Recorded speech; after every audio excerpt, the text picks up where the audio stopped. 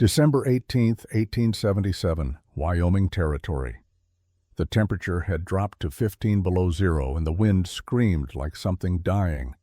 Emma Whitfield pressed the hunting knife harder against the stranger's chest. Her hand shook, not from fear, from exhaustion. 14 years old, 5 days without sleep, and she had already cut one man who tried to take from them. The blade had tasted Henderson's blood 3 days ago when he reached for Grace's arm with hands that meant nothing good. Emma had opened his forearm to the bone. He was probably still bleeding back at his wagon if he was still alive at all. Behind her, 6 children huddled in the frozen wagon. The canvas roof had torn away on the second day of the storm, and now snow poured through the gap like the sky itself was trying to bury them. Lucas Hayes, 10 years old, stood at Emma's shoulder with a pocket knife clutched in his small fist. Nathan Whitfield, her 12-year-old brother, had positioned himself between the younger children and the wagon's entrance. Grace Hayes, 8, held tight to Lily Dawson's hand. The 4-year-old girl had not spoken in 2 days, not since they found her mother frozen solid beside the wagon wheel. Caleb Dawson, 6 years old, kept watch over baby Ruby, who lay wrapped in what remained of their blankets. Ruby had stopped crying 2 days ago. That silence scared Emma more than the blizzard, more than the stranger, more than dying. The man stood in the snow, not moving. His shoulders were broad beneath a heavy coat. His hat was pulled low, but Emma could see his eyes, gray, tired, old somehow, though his face suggested he was younger than his gaze. Those eyes stayed fixed on hers, and there was something in them that made her grip the knife tighter. "Please," he said. His voice was rough, worn smooth by wind and years. "I ain't here to hurt you." Emma had heard those words before. Her father had said the same thing right before he walked into the storm to find help. That was 5 days ago. John Whitfield had never come back. "Get back," Emma said. Her voice cracked. She hated the sound of it, the weakness it revealed. "I swear to God I'll do it." The stranger did not move. Snow swirled around him, catching in his dark beard, melting on his shoulders. He looked at the knife, then at Emma's face, then past her to where the children waited. "I believe you," he said quietly. "I seen what you did to Henderson's arm. Man still bleeding back at his wagon, assuming he made it through the night." Emma blinked. Adults did not say things like that. Adults made excuses for each other. They closed ranks. They told children to mind their place and keep their mouths shut about what they saw. "Then why are you here?" she demanded. "What do you want? I want to get you and them young'uns out of this wagon before you freeze to death." "We're fine." "You ain't fine." His gaze moved to the bundle of blankets behind her. That baby, the little one, she's still breathing. Emma's heart seized in her chest.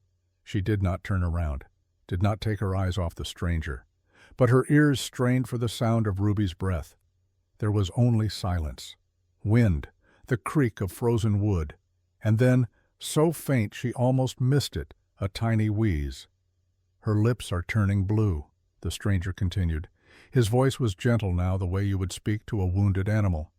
"I've seen it before, seen it take children in the night, when folks thought they was just sleeping peaceful. You got maybe 3 hours before she don't wake up. You're lying. I wish I was." Lucas's voice came from behind her, hard and angry, despite his youth. "Emma, he's right. Ruby looks bad. Real bad." Emma felt something crack inside her chest, a fissure in the wall she had built to keep herself standing. She had been holding them together for 5 days. 5 days of cold and hunger and watching adults die or run. 5 days of being mother and father and protector to 6 children who were not even her blood, who she had found scattered among the dying wagons when their own parents fell or fled. She could not crack now. Not yet. Not until they were safe. "Who are you?" she asked. "Name's Daniel Cole. I got a ranch 3 miles north of here. Fire's still burning. Food in the pantry. Beds enough for all of you." "Why would you help us?" Daniel was quiet for a moment. Then he crouched down slowly, making himself smaller, less threatening. His knees creaked. His breath misted in the frozen air. "Because I found another child once," he said. "Years ago. Little girl about your age. I didn't help her in time. Been carrying that ever since." He met Emma's eyes, and in the gray depths she saw something she recognized. Grief. The kind that never heals. "I ain't looking to carry 7 more." Nathan touched her shoulder. Her brother. The smart one. The one who read books and calculated odds and understood things Emma was too tired to think about. "Emma," he said softly, "we have to go. I don't trust him." "I know, but Ruby's dying." The words hit like a fist to the stomach.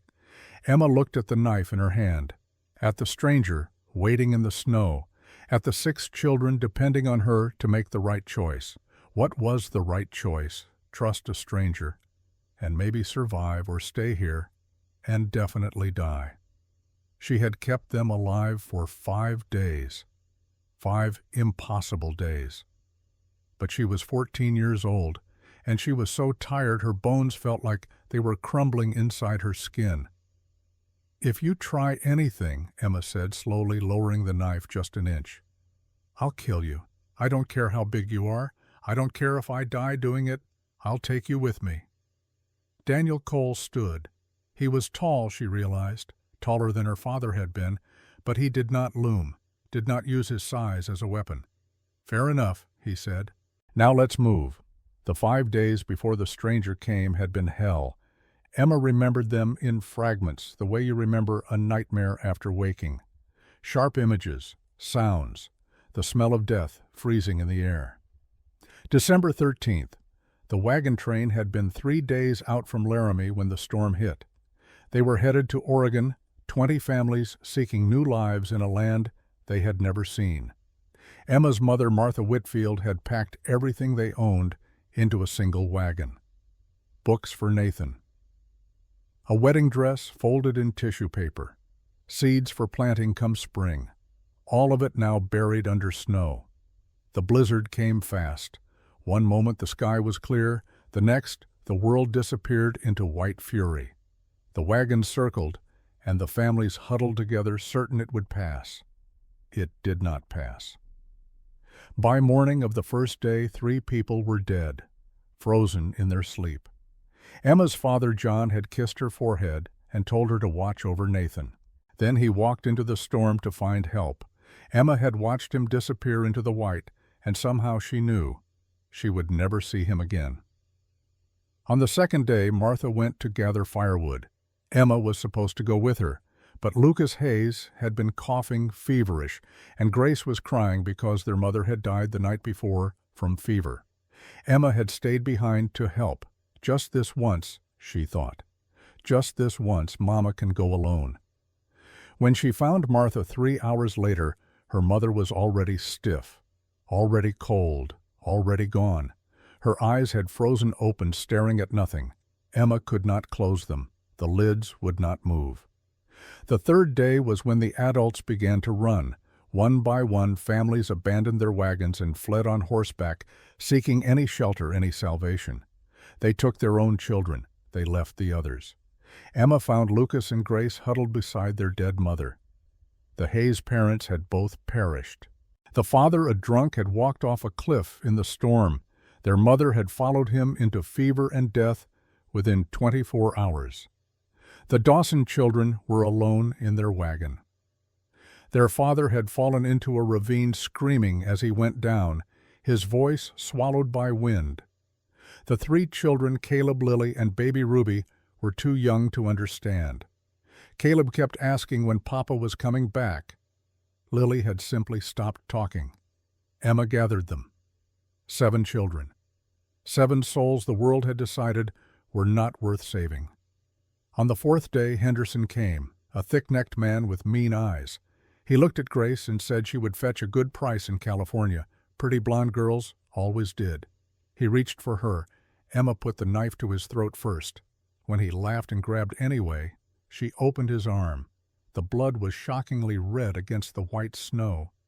Henderson had stumbled backward screaming, and Emma had stood between him and the children with the knife dripping. "Try again," she had said. "I dare you." He did not try again. The 5th day was the longest. Ruby stopped crying. Lily stopped responding to her name. Lucas developed a cough that sounded like death rattling in his chest. Nathan brilliant. Nathan had done the calculations. Without food, without heat, they had maybe 24 hours left. And then Daniel Cole had appeared through the snow like an answer to a prayer Emma had stopped believing could be heard. Getting 7 children out of a frozen wagon should have been simple. It was not. Lucas refused to leave until Emma did. Grace would not let go of Lily's hand. Caleb kept asking questions nobody had answers to, and Emma would not let anyone touch Ruby. "I got her," she snapped when Daniel reached for the baby. "Don't touch her. You can barely stand." "I said I got her." Daniel stepped back, hands raised in surrender. Smart man, Emma thought. He knew when not to push. "Fine," he said. "But we need to move fast. Storm's getting worse." "We all go together," Emma said. "Nobody gets left behind. My horse can carry some of the little ones. Then we walk. All of us. Together." Daniel looked at her for a long moment. Something flickered in his expression. Surprise, maybe? Or respect. "All right," he said. "We walk." Lucas fell into step beside Daniel, glaring up at the man who was nearly twice his height. The boy's jaw was set, his small shoulders squared like a fighter entering a ring. "I'm watching you," Lucas said. His voice shook, but the words were steel. "You try anything with my sisters, I'll gut you like a fish." "Grace ain't your sister," Daniel said mildly. "Neither is Lily or Ruby. They're mine now, same as Emma and Nathan. We found each other. That makes us family." Daniel glanced down at the boy. 10 years old, half-starved, ready to fight a grown man with nothing but fury and a pocket knife. "Fair enough," Daniel said.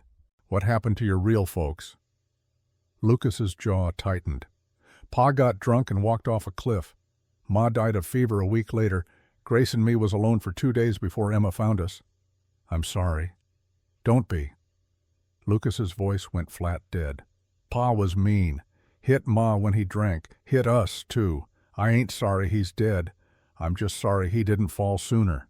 Daniel absorbed this in silence. They walked on boots crunching through snow that reached Lucas's knees. The boy's anger made more sense now. It was not just fear. It was experience. Lucas had learned early that men could not be trusted. "Your pa ever hit you?" Lucas asked suddenly. "No, my pa was a good man. Died in the war." "What about you?" "You ever hit anyone who didn't deserve it?" Daniel stopped walking. The wind howled around them, driving snow into their faces, but he crouched until he was eye level with the boy. "No," he said simply. "How do I know you ain't lying?" "You don't. You don't know nothing about me except what I do, so watch me. Watch how I treat your sisters. Watch how I treat Emma and Nathan and that baby. And if I ever do something that reminds you of your pa, you take that knife of yours and you use it." Lucas stared at him, searching for the lie, the trap, the hidden cruelty. But Daniel's gray eyes were steady. "Why would you say that?" Lucas asked. "Because I'd rather you trust your own eyes than my words. Words are easy, actions ain't." Something shifted in Lucas's expression. Not trust, not yet, but the beginning of it. A crack in the armor. "Fine," the boy said. "I'll watch." "Good. Now keep moving before your sisters freeze." Behind them, Grace stumbled. She was 8 years old, exhausted beyond measure, and she had been holding Lily's hand for so long her fingers had gone numb. The 4-year-old girl walked like a ghost, her eyes empty, her face blank. "Come on," Grace whispered to her silent companion. "Just a little further. Just a little further," Emma called back. "I promise." Lily did not respond, had not responded in days, not since their mother died. Grace remembered the exact moment Lily stopped talking. They had been huddled in the wagon, listening to Mama's breathing get slower and slower and slower. And then there was nothing, just silence and wind, and Lily's eyes going empty like someone had blown out a candle behind them. "Lily, please," Grace said, her voice cracking. "Say something. Anything. I'm scared, and I don't know if I can do this without you talking to me." Lily squeezed her hand. That was all. Just a squeeze. But it was something. A tiny thread of connection in all this cold and dark and dying. "Okay," Grace whispered.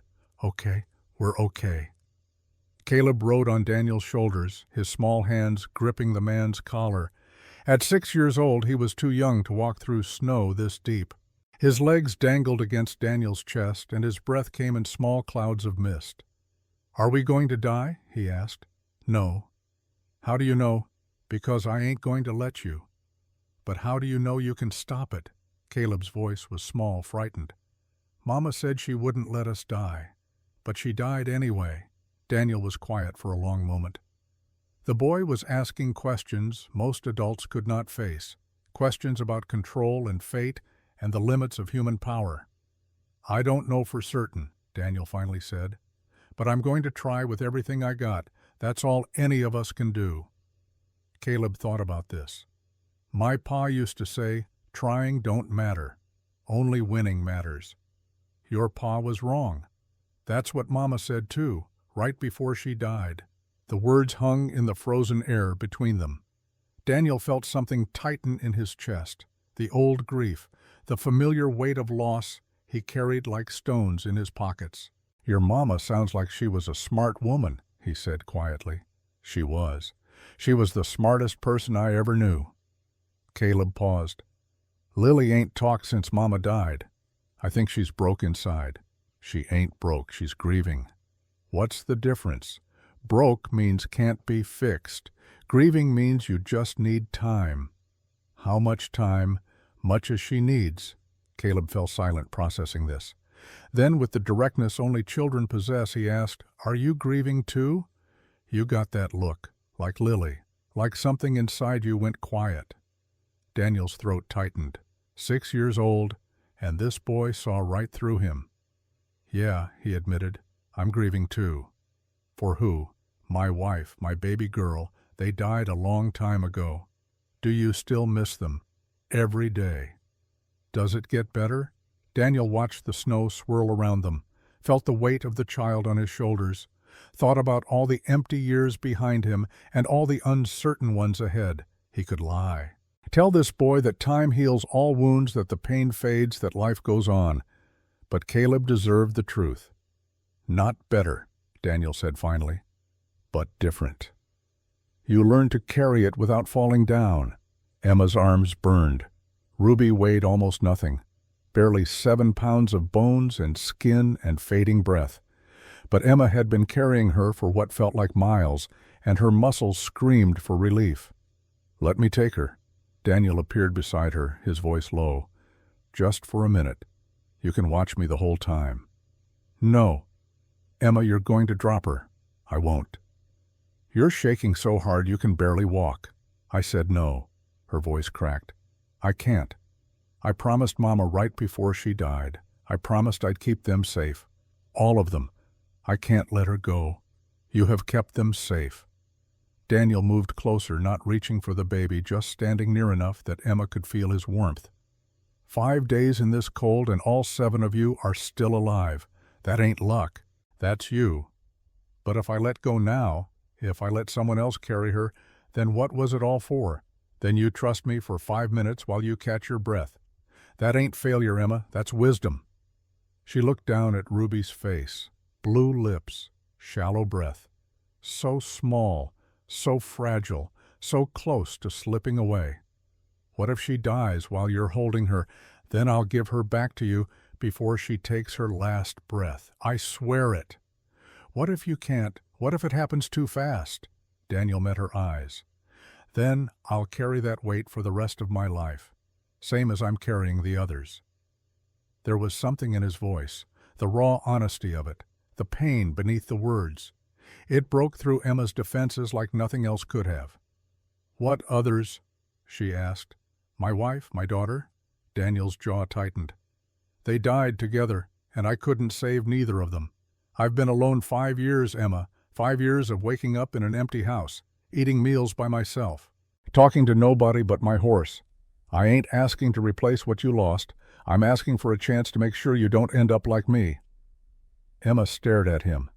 This man, this stranger, he had ripped himself open in front of her, shown her the wound that never healed, and asked for nothing but the chance to help. Nobody had ever done that before. Slowly, carefully, she transferred Ruby into his arms. The baby did not wake, did not cry, just kept breathing those shallow, desperate breaths that meant she was still fighting, still here, still alive. "Thank you," Daniel said quietly. Emma nodded. She did not trust her voice. They walked on. The ranch appeared through the snow like a promise. Dark windows that would soon glow with firelight, solid walls that would not collapse, a roof that would hold, safety, warmth, survival. "Inside," Daniel commanded. "Quick now." They stumbled through the door into a main room that smelled of wood smoke and old coffee. Emma's eyes adjusted to the dimness. A large fireplace dominated one wall, shelves lined with books, a table big enough for a family. "Nathan," Daniel said, still holding Ruby, "you know how to build a fire." "Yes, sir." "Do it fast. Lucas, there's blankets in that chest. Get them out and wrap the little ones. Grace, you and Lily sit by the hearth soon as the fire catches." Emma reached for Ruby. "I'll take her now." Daniel handed the baby back. "We need to warm her slow. Too fast and her heart might stop." "I know." Emma's voice was sharp. "I know what I'm doing." Daniel nodded. He had expected the push back. Would have been disappointed if she had just blindly followed orders. This girl had kept 6 children alive through hell. She was not about to stop being their protector now. The fire caught within minutes. Nathan had skill. Good hands. Another thing to remember, another thread of who these children were beneath the trauma and fear. Lucas distributed blankets with military efficiency, checking each sibling before allowing himself to sit down. And Emma positioned herself closest to the flames, holding Ruby against her skin, sharing her body heat with the baby, who might already be too far gone to save. "Come on," she whispered. "Come on, little one. Don't quit. Not now. Not after everything." The room fell silent, except for the crackle of flames and the wind howling outside. 7 children, 1 stranger, 1 fragile hope hanging by a thread as thin as a baby's breath. Then Ruby coughed. It was a small sound, wet, weak, but it was a sound, and sounds meant life. Emma's eyes flew open. She looked down at the baby in her arms and watched as Ruby's eyelids fluttered, as her tiny mouth opened, as she began to cry thin and reedy, but real, so real. "She's breathing," Nathan said, his voice cracking with relief. "Emma, she's really breathing." Emma started to cry. Not the silent tears she had shed over her mother's frozen body. Not the desperate swallowed sobs she had choked back for 5 days while trying to stay strong. These were tears of release, of survival, of making it through the dark and finding light on the other side. Daniel knelt beside her. "You did it. You kept her alive." "We did it," Emma whispered. "All of us." An hour later, 6 of the 7 children slept. Exhaustion had claimed them the moment warmth returned to their bodies. They lay scattered around the hearth like fallen leaves wrapped in blankets, breathing steady and deep. Only Emma remained awake. She sat in a chair nearest the fire, watching Ruby's chest rise and fall, counting each breath like a prayer. The baby slept in a wooden cradle Daniel had brought from another room. Her color had returned. Pink cheeks, warm skin, life. Daniel settled into the chair across from her. "She's breathing better. I know, I've been watching. You need to sleep." "I can't. Emma. Every time I close my eyes, I see my mother." Her voice dropped to a whisper. "Frozen. Just frozen. She went out to gather wood, and I was supposed to go with her. But Lucas was sick, and Grace was crying, and I thought I could let her go alone just this once." She stopped. Her hands trembled in her lap. When I found her, she was already stiff, already cold, already gone. I couldn't even close her eyes. They were frozen open, looking at nothing. Daniel was quiet for a long moment. The fire crackled, wind rattled the windows, and in that silence he made a choice. "My wife died in my arms," he finally said. "I held her hand while she bled out after birthing our daughter. Doctors said they couldn't stop it, said I should say my goodbyes." Emma looked at him. "The baby lived 3 days," Daniel continued. His voice roughened. 3 days of me not sleeping, not eating, just holding her and praying for a miracle that never came. When she died, I buried them both on the hill behind this house, and I swore I'd never let myself care about anyone again. But here you are. Here I am." Daniel met her eyes. "Caring about 7 children I found in a blizzard." "Why?" Emma asked. "Why risk it? Why open yourself up to losing again? Because the alternative is watching you freeze to death 3 miles from my door and carrying that weight on top of everything else." He paused. "But there's more. Something I ain't told you yet." Emma waited. "During the war at Gettysburg, there was a girl. Couldn't have been more than 12. Her family was dead. Her town burned. She attached herself to our regiment like a stray dog. The other men wanted to send her away, said she'd slow us down, but I couldn't do it. Couldn't look in her eyes and tell her she wasn't worth saving. What happened to her? She died. Fever, probably. We were marching through rain for days and she was just too small, too weak. I buried her in a field somewhere in Virginia. Don't even know exactly where. Just an unmarked grave in enemy territory." Daniel's hands clenched. "Her name was Rachel, and I promised her I'd keep her safe. I failed." Emma felt the weight of his confession settle over her like a blanket. This man carried 3 ghosts, a wife, a daughter, and a little girl he could not save during a war that ended over a decade ago. "Is that why you helped us?" she asked. "To make up for Rachel?" "Partly, but mostly because I couldn't stand by and watch 7 children die when I had the power to stop it. Couldn't add your faces to the ones I already see when I close my eyes." They sat in silence. 2 people who had lost everything. 2 survivors sitting in the wreckage of their lives trying to figure out if there was anything left worth building. Finally, Emma spoke. "I ain't calling you Pa. I ain't asking you to. And if you hurt any of them, I'll kill you. You already told me that. Twice. I just want to make sure you understand." "I understand." Daniel leaned forward, his expression serious. "Emma, I ain't asking for trust. Trust is earned. I'm asking for time. Time to prove I'm not like the others. Time to show you that not every adult in this world is going to let you down. How much time? Much as you need."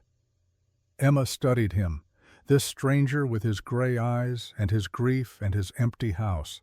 He was not what she had expected. Not hard or cold or calculating. He was broken. Just like her. Just like all of them. Maybe that was why she believed him. "One night," she said. "We stay one night. Tomorrow we'll decide what comes next." "Fair enough." "And I'm sleeping by the door. Anyone comes in, they go through me first." "I wouldn't expect anything less." Emma stood. Her legs were unsteady after hours of walking and carrying and fighting. She crossed to where the others slept, checking each one. Lucas with his knife still clutched in his fist. Grace curled around Lily. Caleb sprawled across 2 blankets. Nathan with a book tucked under his arm like a weapon. Her family. Not by blood, but by choice.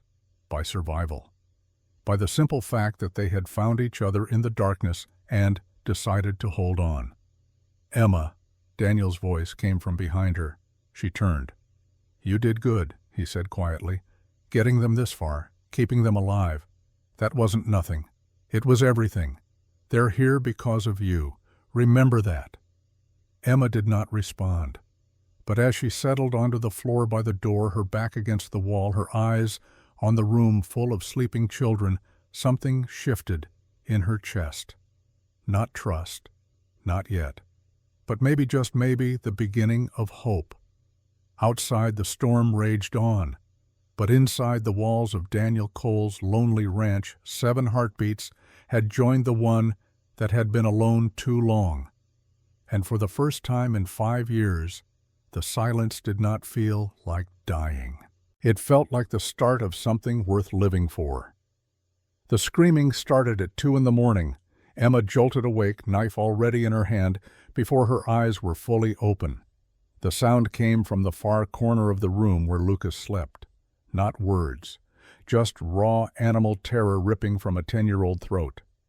She was across the room in seconds, but Daniel had reached the boy first, not touching him, just standing there in the darkness, hands visible, making himself small despite his size.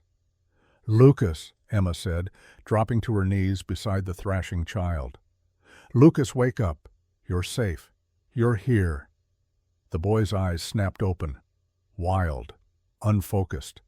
His fists came up swinging and caught Emma across the jaw. The blow was weak but desperate. She grabbed his wrists, held them tight. "It's me," she said. "It's Emma. You're not there anymore. You're here, with us." Lucas blinked. His breathing came in ragged gasps. Sweat soaked his hair, despite the cold. For a long moment he just stared at her, his young face twisted with confusion and fear. Then recognition flooded in, and with it came the tears. "I'm sorry," he choked out. "I'm sorry, I didn't mean to hit you. I know, it's all right. I thought you were him. I thought Pa came back and he was going to hurt Grace again, and I couldn't stop him, and I tried, but I ain't strong enough. And he just kept hitting and... Stop." Emma pulled him close. "Your Pa's dead. He can't hurt anyone anymore." Lucas buried his face against her shoulder and sobbed. The kind of crying that comes from somewhere deep and broken where a child has stored all the pain they were too afraid to show. Emma held him and let him shake apart in her arms. From the doorway, Daniel watched. The other children had woken. Nathan sat up, alert but silent. Grace held Lily close. Caleb's eyes were wide in the firelight. "I have those too," Caleb said suddenly. His small voice cut through the darkness. "Dreams about Mama, about watching her die and not being able to help." Nathan started to shush him, but Emma shook her head. "We all do," she said quietly. "Every single one of us is carrying something we can't put down yet. And that's all right. We're allowed to be scared. We're allowed to hurt." "For how long?" Grace asked. Her voice trembled. "As long as it takes." Lucas pulled away, wiping his face with the back of his hand. "I'm sorry I woke everyone." "Don't be," Nathan said. "We were all thinking it anyway." Emma looked at her brother, 12 years old and already understanding things most adults never learned. That shared trauma was a language. That surviving together meant breaking apart together too. She began to hum, low and soft, a melody their mother used to sing when they were small and afraid of thunder. After a moment, Nathan joined in, then Grace, their voices weaving together like threads in a blanket. Lucas's breathing slowed. The tension left his shoulders. And from the doorway, Daniel Cole stood watching this family that was not a family learn how to hold each other through the dark. When morning came, it came cold and clear. Daniel had breakfast ready before any of them stirred. Eggs, bacon, fresh bread. The smell pulled Emma from sleep like a hand reaching down into water. She sat up immediately, counting heads.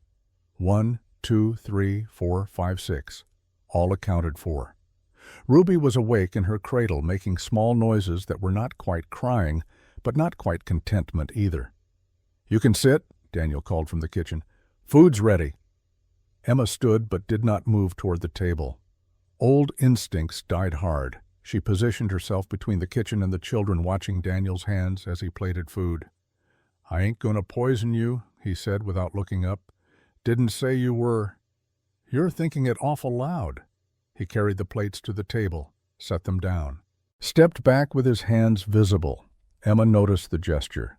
Noticed how he made himself smaller, less threatening.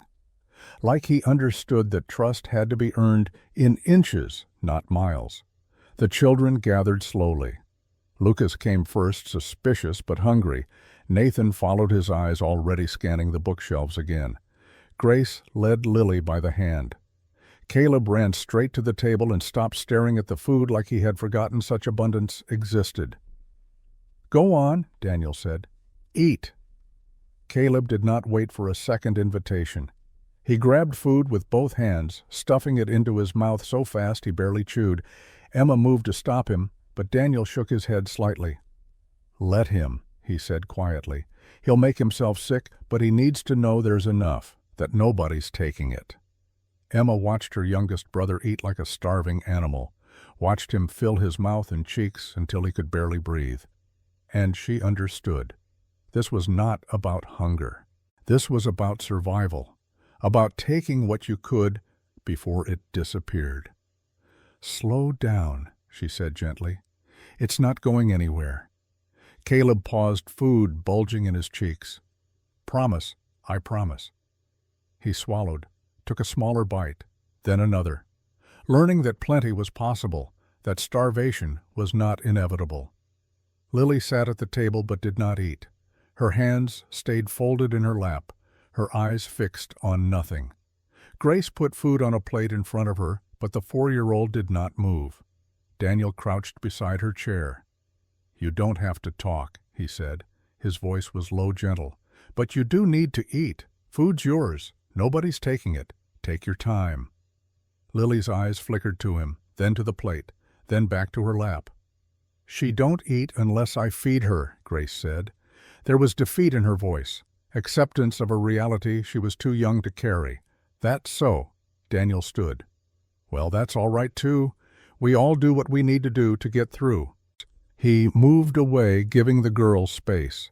Emma watched him, watched how he did not push or demand or force, how he simply offered, and then stepped back. It was so different from every adult she had known. 5 minutes passed, then 10. The others ate, talked quietly.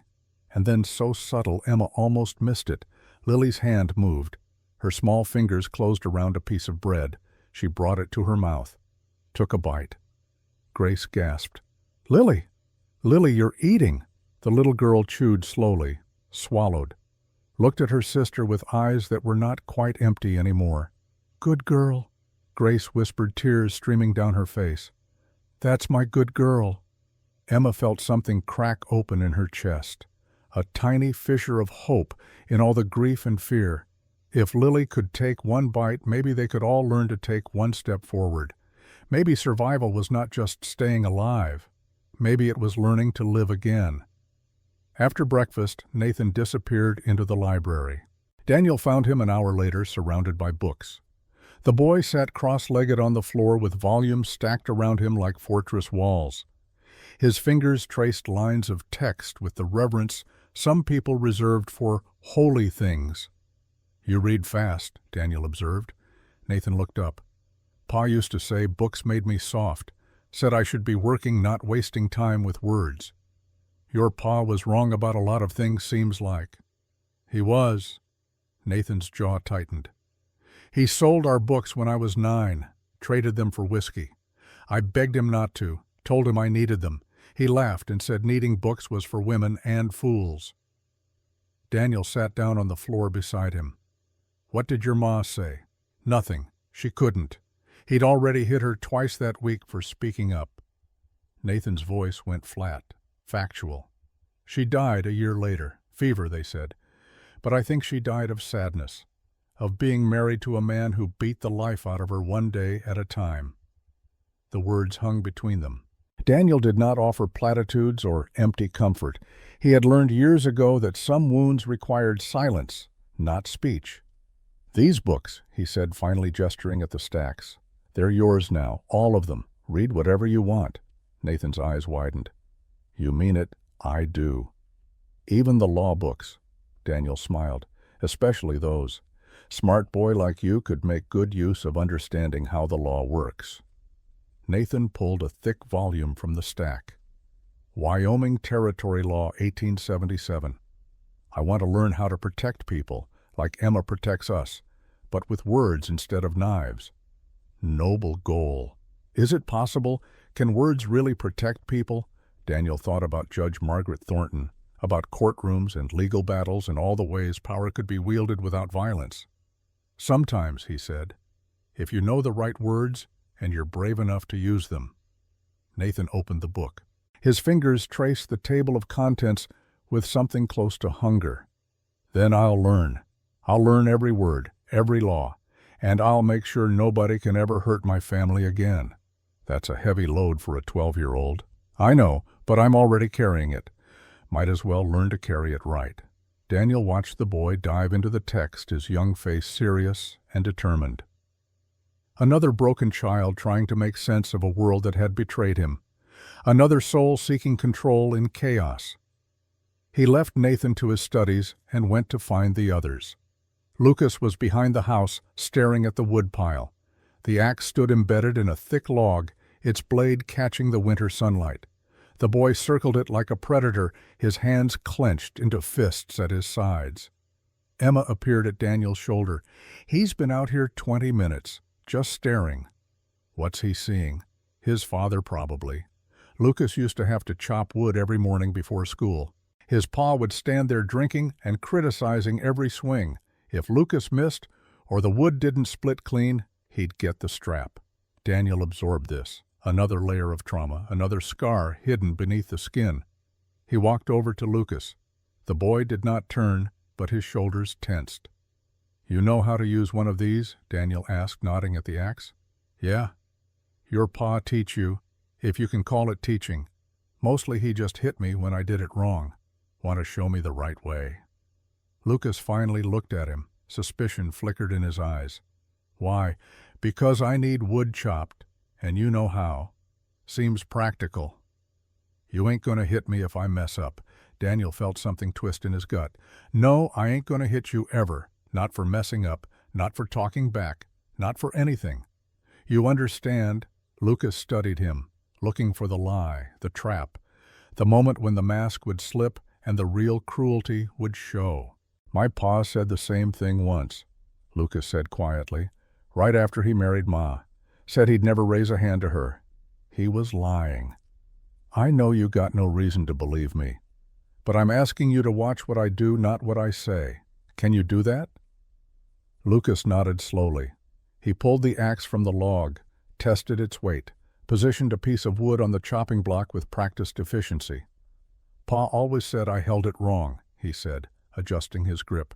"Said I was weak, said I'd never be strong enough." "Show me how you hold it." Lucas demonstrated.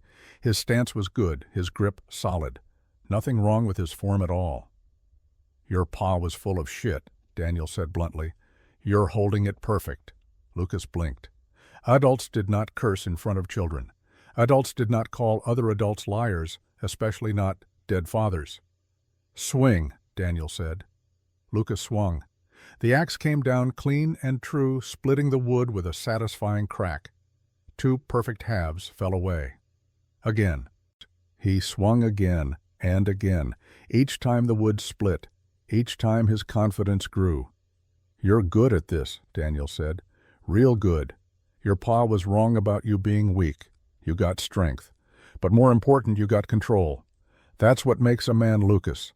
Not how hard he can hit, but how careful he is with his power." Lucas lowered the axe. His chest heaved. Sweat beaded on his forehead despite the cold. "Pa said real men don't cry." "Your pa said a lot of stupid things." "I cry all the time. I cried last night when I had the dream. I know. I heard." "Does that make me weak?" Daniel crouched down, meeting the boy's eyes. "No, it makes you human. Weak is pretending you ain't hurt when you are. Weak is taking your pain out on people smaller than you. Your pa was weak, Lucas. You ain't." Something broke in the boy's face. The careful control he had been holding shattered, and tears spilled down his cheeks. But this time, he did not hide them, did not turn away. He just stood there, axe in hand, and let himself cry, while Daniel Cole waited beside him like a wall against the wind. "I'm scared," Lucas whispered. "I'm so scared all the time." "I know. Does it get better?" "Eventually, if you let it." "How do I do that?" "By not carrying it alone." Lucas nodded, wiped his face, picked up another piece of wood and set it on the block. This time when he swung there was something different in the motion. Not just strength but purpose. Not just survival, but healing. That night Emma found Daniel on the porch. He sat in an old rocking chair watching the stars emerge through clearing clouds. A pipe smoldered in his hand, sending thin ribbons of smoke into the frozen air. "You smoke?" she asked. "Used to. Gave it up after Sarah died. Started again about 3 days ago when I saw 7 children dying in a wagon and realized I was about to try saving them." Emma leaned against the porch railing. Behind them, through the window, she could see the others settling in for sleep. Nathan with his law book, Grace and Lily curled together, Caleb already snoring, Lucas closest to the fire knife still in his hand. "They trust you more than they did yesterday," she said. "Maybe. Or maybe they're just too tired to keep fighting. Either way, it's progress." Daniel took a long draw from the pipe. "I need to tell you something." Emma tensed. Here it was, the price, the catch, the moment when he would reveal what he really wanted from them. "I got a debt," Daniel continued. $800, due January 15th. That's 3 weeks from now. Can you pay it? Not with 7 extra mouths to feed. He met her eyes. "If I can't pay, the bank forecloses. This ranch gets auctioned off, and we all got nowhere to go." Emma felt the ground shift beneath her feet. "Why are you telling me this?" "Because you deserve to know what you're walking into. I ain't gonna lie to you, Emma. This place might not last past January, and if it don't, I got no plan for where we go next." "Then why take us in?" "Because the alternative was watching you freeze. And I already told you I can't carry 7 more ghosts." Emma was quiet for a long moment. Behind her, through the window, Ruby started to fuss. Grace got up to comfort her without being asked, a family taking care of itself. "How much can we earn in 3 weeks?" Emma asked. Daniel laughed, but there was no humor in it. "Doing what your children?" "I can work. Nathan's smart. Lucas is strong. We could help." "Emma, don't." She turned to face him fully. "Don't tell me we can't. We survived 5 days in a blizzard when grown adults ran or died. We kept a baby alive when doctors would have given up. You think we can't figure out how to earn money?" Daniel studied her, this girl who was more steel than child. This 14-year-old who had already seen and done things that would break most adults. "Even if you could work," he said quietly, "it wouldn't be enough. Best I could do is ranch work, which pays maybe $2 a day. That's $60 over 3 weeks. We need 800. Then we sell something. I got nothing worth that much. Cattle market's dead in winter. Horses maybe, but I need them for spring planting. Then we find another way." Emma's voice hardened. "I didn't survive all that just to lose another home. We'll figure it out. All of us. Together." She turned to go back inside, but Daniel's voice stopped her. "Emma, wait." She looked back. "Why?" he asked. "Why fight so hard for a place you've been in less than 2 days, for a man you don't even trust yet?" Emma thought about the wagon, about her mother freezing, about Henderson's blood on her knife, about 5 days of being the only thing standing between 6 children and death. "Because for the first time since my mother died," she said quietly, "I ain't alone, and neither are they. This might not last. You might lose the ranch. We might end up back out in the cold. But at least for right now, for these 3 weeks, we got a home. And I'll fight like hell to keep it." She went inside. Daniel sat alone on the porch, smoke curling from his pipe, and wondered if maybe, just maybe, he had not saved these children at all. Maybe they were saving him. The next morning brought a visitor. Emma saw him first. A man on horseback picking his way carefully through the snowdrifts. He wore a dark coat and a hat pulled low, but even from a distance she could see he rode like someone who owned the world. "Daniel," she called. "Someone's coming." Daniel appeared at her shoulder, wiping his hands on a rag. His jaw tightened when he saw the rider. "That's Gerald Hutchins, the banker." "The one you owe money to." "The same." Emma watched the man approach. Watched how he sat his horse with casual arrogance, how he surveyed the ranch like he was already measuring it for auction. "Stay inside," Daniel said. "All of you." "No." Emma's hand found the knife at her belt. "If this concerns our home, we should hear it." Daniel looked like he wanted to argue, but he had seen Emma cut a man, had watched her hold a family together through impossible odds. He knew better than to treat her like a child who needed protecting. "Fine," he said, "but let me do the talking." Hutchins dismounted with the slow precision of a man who enjoyed making others wait. He was perhaps 50, well-fed with cold eyes that calculated worth in dollars and cents. "Cole," he said by way of greeting. "Hutchins. Heard you'd taken in some strays." His gaze swept over Emma, dismissive and knowing. "7 of them, the talk says. They ain't strays, they're under my care." "Your care."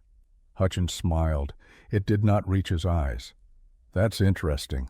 Because I seem to recall you having some financial difficulties, $800 worth to be precise, due in 24 days. I know when it's due. Do you know how you're going to pay it?" Hutchins gestured at the ranch. "Because I'm looking at 7 extra mouths to feed. 7 children who will need clothes, food, medicine.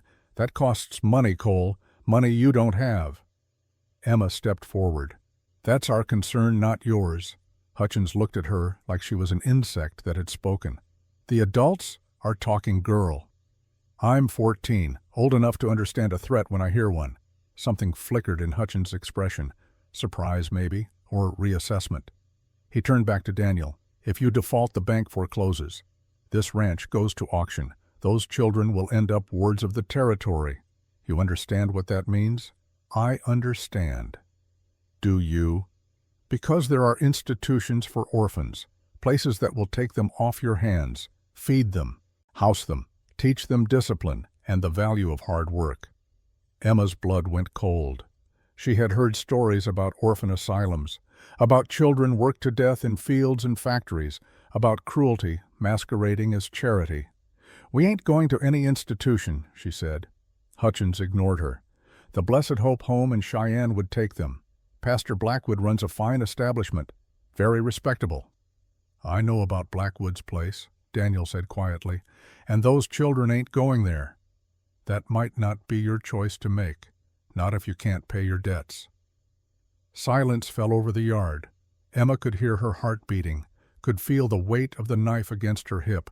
She had already cut one man who tried to take from her family. She would cut another if she had to. "I'll have the money," Daniel said. "Will you—" Hutchins mounted his horse again, looking down at them from his elevated position. "I hope so, for your sake, and theirs." He rode away without another word. Emma and Daniel stood watching until he disappeared over the ridge. "He knows," Emma said, "about us, about the wagon train, how, small territory, news travels fast. That wasn't just a debt collector checking in, that was a threat." Daniel nodded slowly. "He's right, though. If I default, you all become wards of the territory, and men like Hutchins and Blackwood, they got connections. They could petition the court to take you away from me even before the foreclosure." "Can they do that? If they convince a judge I'm unfit, single man with no wife in debt, suddenly caring for 7 orphans, they could build a case." Emma felt the world tilting again. Just when she thought they had found safety, new threats emerged from the shadows. "Then we fight," she said. "Emma, no." Her voice was steel. "I didn't survive all that to let some banker and some preacher decide our fate. We fight. You said we had 3 weeks. Then we use those 3 weeks. We find the money, we prove you're fit, we make it so they can't touch us." Daniel looked at this girl who refused to break, who met every obstacle with defiance instead of despair, and he made a decision. "All right," he said, "we fight, but we do it smart. We need to know what we're up against." "What do you mean?" "Blessed Hope. Blackwood's orphanage. We need to know what really goes on there, because if Hutchins is working with him, then this ain't just about money. This is about something else." Emma nodded. "Then we find out, and we make sure everyone knows the truth." They turned back toward the house. Through the window Emma could see the others, her family, her responsibility, her reason for fighting. She had kept them alive through a blizzard. She would keep them safe through whatever came next, even if it meant going to war with men who thought children were commodities to be bought and sold. The journey to Laramie took half a day. Daniel drove the wagon with Emma beside him on the bench seat. Behind them, 6 children huddled under blankets, their breath misting in the frozen air. The town lay 25 miles south, a collection of wooden buildings clustered along the railroad tracks like dice scattered by careless hands. Emma had not wanted to bring them all. Too exposed, she had argued. Too dangerous. But Daniel had been firm. If they were going to register guardianship papers, the sheriff needed to see all 7 children, needed to witness that they were real alive and in Daniel's care. So they came. Lucas sat closest to the front knife, hidden but ready. Nathan held a book in his lap but did not read, his eyes scanning the landscape for threats. Grace kept Lily pressed against her side. Caleb entertained baby Ruby with finger games, making her laugh in small bursts of sound that seemed too fragile for the cold. As they crested the final hill, Laramie spread below them. Smoke rose from chimneys. People moved through the streets like ants busy with the commerce of living. It looked almost peaceful, almost normal. Emma knew better. They rolled down Main Street, and the staring began immediately. Women in doorways stopped their sweeping to watch. Men outside the saloon paused mid-conversation. Children playing in the street fell silent and pointed. Everywhere eyes followed the wagon, counting, calculating, judging. Emma heard the whispers even through the sound of wheels on frozen dirt. "That's Cole's wagon. Lord have mercy. Where'd he find that many? Ain't natural. A man alone with all them children. Someone should tell the pastor." Lucas tensed beside her. "They're talking about us. Let them." Emma kept her eyes forward, her spine straight. "Words can't hurt unless we let them." But Nathan, ever observant, had been counting. 17 people stared. 8 whispered. 3 pointed directly at us. "You keeping track? Someone should, in case it matters later." The boy was right. Everything might matter later. Every witness, every whisper, every pointed finger could become evidence in a courtroom if Hutchins and this Pastor Blackwood decided to press their case. Daniel pulled the wagon to a stop outside the sheriff's office. A simple building with barred windows and a hitching post. The sign above the door read, "Thomas Ward, Sheriff, Laramie County." "Stay close," Daniel said. "All of you. Don't talk unless someone asks you direct. And Emma, yeah, keep that knife hidden.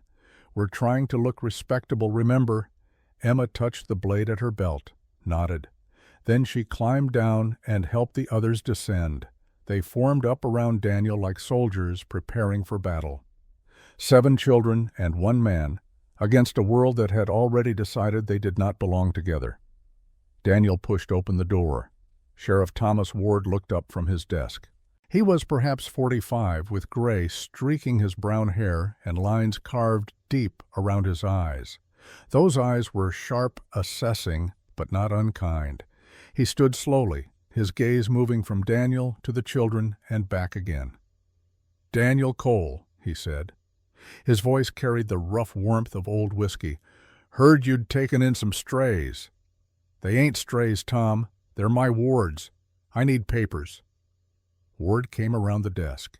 He looked at each child in turn, studying them with the careful attention of a man who knew how to read stories written in bruises and hollow eyes. "Names," he said gently. "I need all your names." Emma stepped forward. "Emma Whitfield, 14, from Missouri. Nathan Whitfield, 12, Missouri. Lucas Hayes, 10, Kansas." Grace spoke for herself and Lily. "Grace Hayes, 8. Lily Dawson, 4, both Kansas. Caleb Dawson, 6, Nebraska." The boy's voice was small but clear. Emma held up baby Ruby. "Ruby Dawson, 7 months, Nebraska." Ward wrote each name carefully in a ledger. His hand was steady, his manner professional. But Emma saw something else in his expression. Sadness, maybe? Or recognition of pain he understood too well. "Where are your parents?" he asked. "Dead," Emma said flatly. "All of them. Died in the blizzard, or ran and never came back. We were the only ones left when Daniel found us." Ward looked at Daniel. "You understand what you're taking on?" "I do." "Single man, 7 children. People will talk, Daniel. They already are. Let them." "I'm serious. There are folks who will question your motives, question whether this is proper. The territory has laws about orphans and guardianship, which is why I'm here. Make it legal, Tom. Give me the papers that say these children are mine." Ward was quiet for a long moment. He looked at the children again, saw Lucas standing protective over his sisters, saw Nathan holding a law book like a weapon, saw Emma with her hand resting near her belt where a knife undoubtedly hid. "I knew your wife," Ward said finally. "Sarah was a good woman. She trusted you. That's enough for me." He pulled out a form, began filling in the blanks with careful script. Emma watched the words take shape. Legal guardian, minor children, until majority age or adoption proceedings finalized. Ward signed with a flourish, stamped it with an official seal, handed the paper to Daniel. "There," he said, "legal as I can make it. But Daniel, you need to be careful. Pastor Blackwood's been asking questions about orphans lately. He runs the Blessed Hope home in Cheyenne. I know about Blackwood." "Then you know he's got connections. Governor's office, territorial courts. If he decides you're not fit, he can petition to have these children removed." Emma felt ice form in her stomach. "On what grounds?" Ward looked at her with something like respect. "Smart question." "On grounds that a single man cannot provide proper moral guidance, that children need structured discipline, Christian education, things an orphanage can provide that a ranch cannot." "That's horseshit," Lucas said. Then immediately looked terrified he had cursed in front of a lawman. Ward smiled slightly. "Maybe. But it's legal horseshit, son, and legal beats right more often than it should." Daniel folded the paper carefully. "We'll deal with Blackwood if he comes. Right now I got 7 children who need supplies. We'll be on our way." They turned to leave, but Ward's voice stopped them. "Daniel, one more thing." "Yeah, whatever you're planning, be smart about it. Blackwood's dangerous, not because he's cruel, but because he genuinely believes he's doing God's work. That makes him harder to fight than a simple villain." Emma filed that information away. A man who believed he was righteous would not be swayed by appeals to conscience. He would have to be defeated with evidence, with law, with cold, hard facts. They were halfway to the door when it opened. A man stood in the threshold, tall, thin, wearing a black coat and white collar. His eyes were pale blue, cold as winter ice. He looked at the children with an expression Emma could not quite read. Hunger, maybe, or calculation. "Mr. Cole," the man said. His voice was smooth-cultured. "I heard you'd taken in some wayward children." Daniel's jaw tightened. "Pastor Blackwood? So this was the wolf."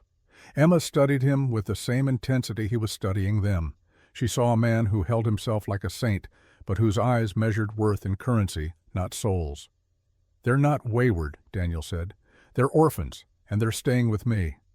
Orphans who need proper Christian guidance." Blackwood stepped into the office, and somehow the room felt smaller. The Blessed Hope home would be happy to take them, give them education, discipline, purpose. They got purpose. They got a home with me. Blackwood's gaze moved to Emma, really looked at her. She felt his assessment, like hands on her skin, invasive and wrong. "Such fire in this one," he said softly. "The Blessed Hope would cure you of that insolence, child." Emma met his eyes, did not blink, did not look away. "I ain't going to your orphanage. The adults are talking. Then talk faster, because I got things to say, too." Something flickered in Blackwood's expression, surprise, then cold amusement. He turned back to Daniel. "Mr. Cole, I must inform you as a concerned citizen that I have submitted a formal inquiry to the territorial court regarding the welfare of these children. A single man with no wife, no witnesses to vouch for his character." He paused. "The court may find it prudent to investigate." The threat hung in the air like smoke. Ward shifted behind his desk, his hand moving toward his badge. but Daniel raised a hand slightly. "Stay calm. Don't escalate. You come from my family, Reverend," Daniel said quietly, "and you'll find out what kind of man I really am." Blackwood smiled. It did not touch his eyes. "I look forward to it." He left. The door closed behind him with a soft click that sounded too much like a trap springing shut. Emma watched through the window as Blackwood stopped on the street, spoke briefly with another man, Gerald Hutchins, the banker. They looked back at the sheriff's office. Both men smiled. "They're working together," Emma said, "the banker and the preacher." Ward nodded grimly. "I suspected as much. Blackwood gets $50 per child per year from the territorial government. Hutchins holds mortgages on half the farms in 3 counties. They help each other. Blackwood provides cheap labor from his orphanage to Hutchins' debtors. Hutchins provides financial backing to Blackwood's operation." "It's a business," Nathan said. His voice was hollow.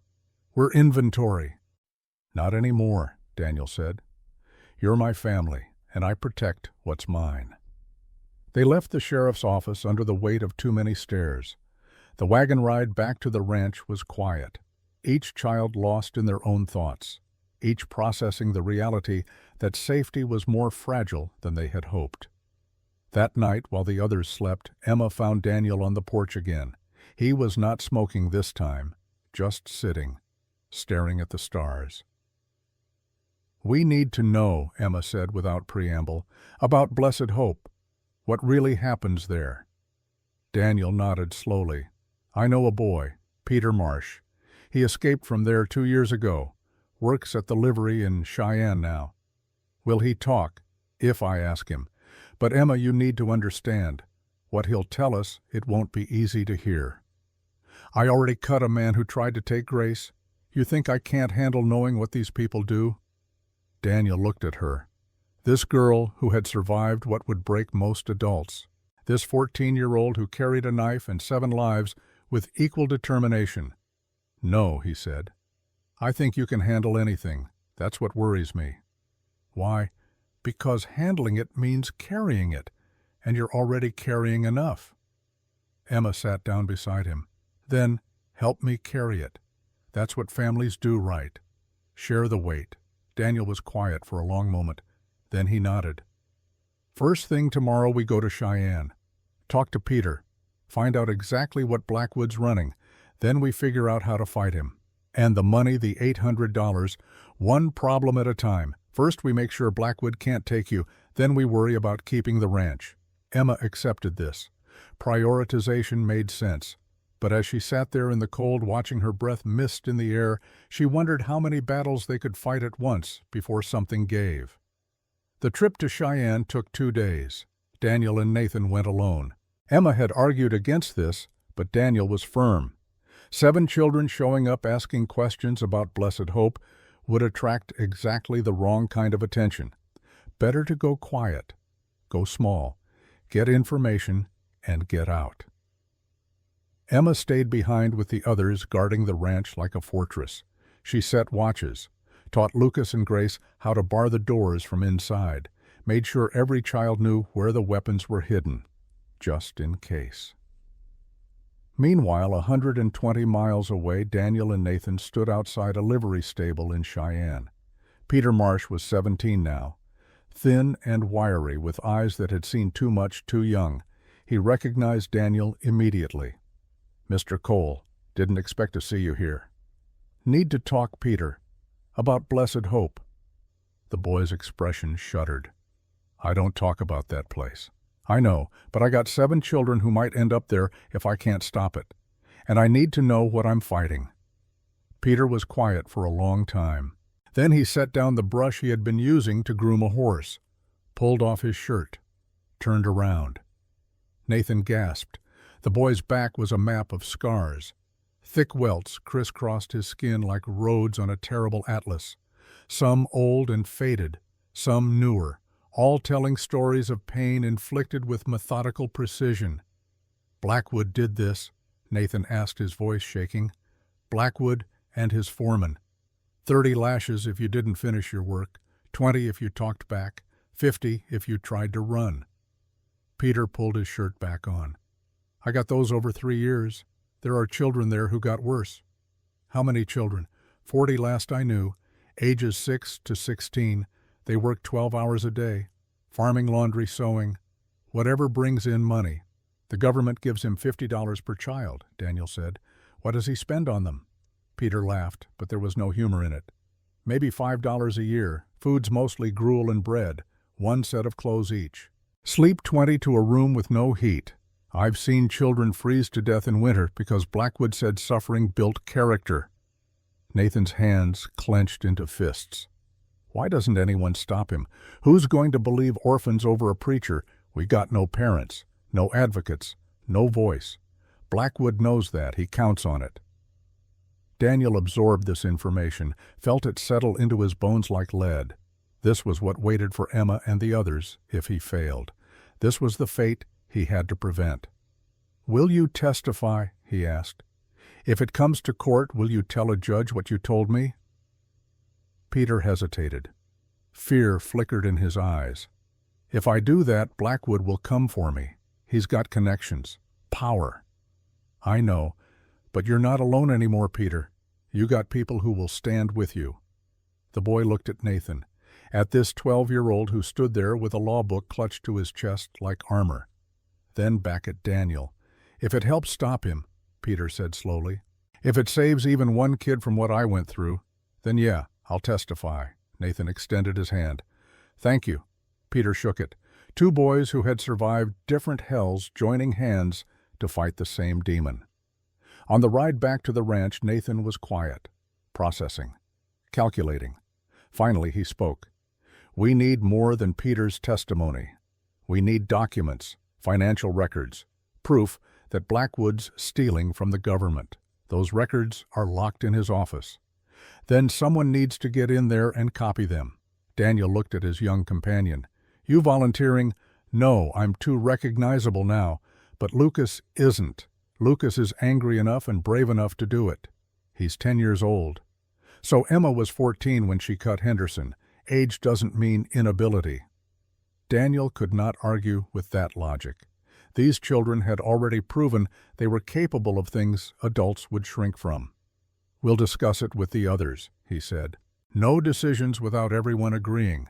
That's how families work." Nathan nodded. Then very quietly he said, "Thank you." "For what?" "For treating us like we matter, like our opinions count.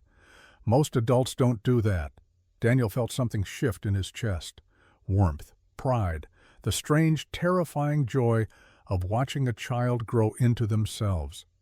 "You do matter," he said. "All of you. Don't ever forget that." They rode on through the gathering darkness, carrying knowledge that was both weapon and burden. Behind them, Cheyenne's lights faded.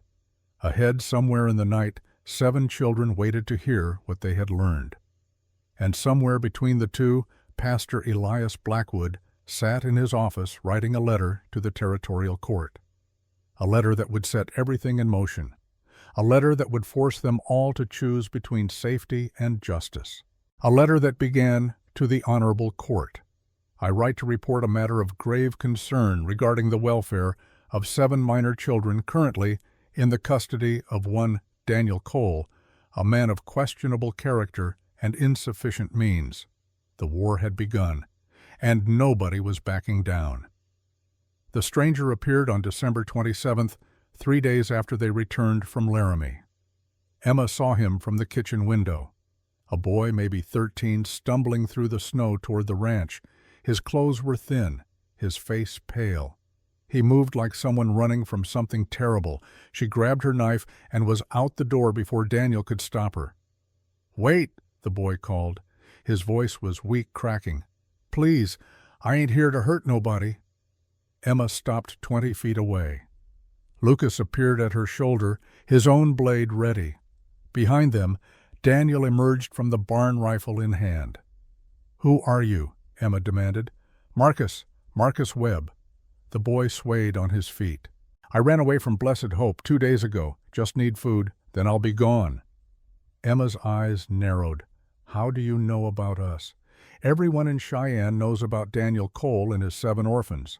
Pastor Blackwood talks about you, says you need saving. Daniel lowered the rifle slightly. When did you eat last? Day before yesterday. Come inside. Slow. Keep your hands where we can see them. Marcus stumbled forward. His hands shook from more than cold.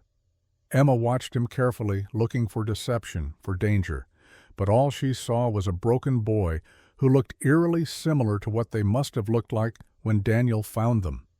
Inside, Grace set food on the table. Marcus fell on it like a starving animal. No manners, no hesitation, just desperate consumption. Lucas watched him eat.